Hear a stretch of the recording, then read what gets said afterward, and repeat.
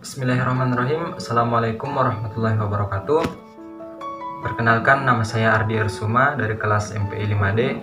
Di sini saya akan menjelaskan materi saya, yaitu yang berjudul Hakikat Manajemen Hubungan Masyarakat atau Humas di Sekolah.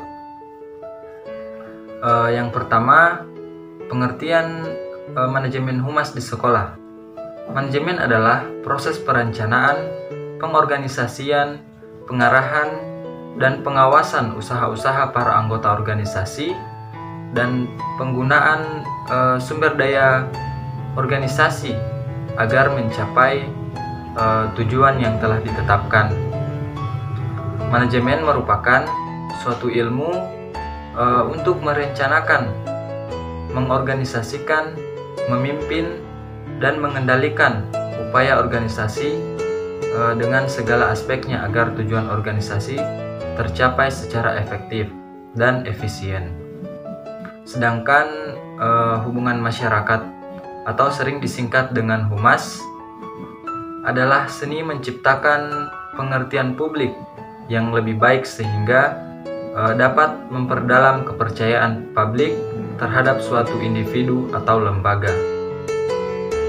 Humas dalam suatu lembaga pendidikan merupakan rangkaian pengelolaan yang berkaitan dengan kegiatan hubungan lembaga pendidikan dengan masyarakat yang dimaksudkan untuk menunjang proses belajar mengajar di lembaga pendidikan tersebut sehingga dapat meningkatkan mutu pembelajaran.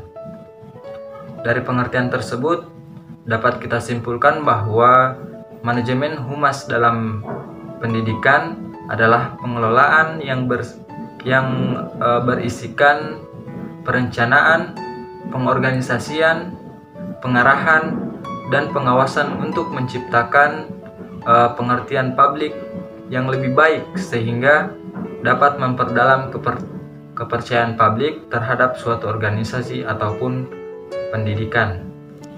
Kemudian yang kedua, model manajemen humas di sekolah. Humas di sekolah menengah atas masuk ke dalam model sistematis dua arah atau two-way symmetrical model. Karena humas di sekolah menengah atas itu menggunakan teknik komunikasi untuk mengelola konflik dan memperbaiki pemahaman publik terhadap lembaganya atau sekolah. Humas di sekolah menengah atas menganggap bahwa publik internal dan eksternal sekolah adalah sama pentingnya. Tidak ada yang dibedakan dari publik internal dan eksternal. Yang ketiga, pendekatan dalam manajemen humas di sekolah. Pendekatan peningkatan mutu pendidikan yang sesuai dengan paradigma dan gagasan tersebut adalah konsep school-based. Manajemen pada hakikatnya membutuhkan interaksi dan sinergitas antar komponen organisasi dengan menggerakkan sumber daya yang dimiliki, sehingga mampu mewujudkan harapan dan cita-cita organisasi atau sekolah. Sebagai suatu ilmu, manajemen memiliki objek studi, metode, strategi, dan pendekatan sehingga dapat digunakan dan diterapkan dalam masyarakat.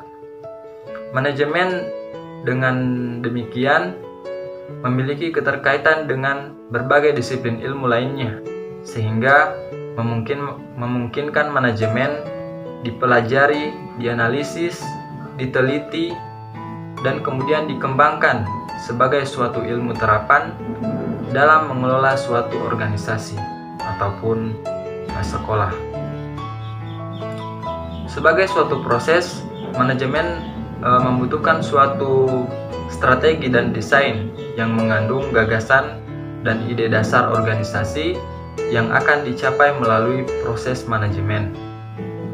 Hubungan kerja sama lembaga dengan masyarakat mengikuti perubahan-perubahan lingkungan dengan pendekatan situasional memungkinkan lembaga itu dapat tetap berdiri.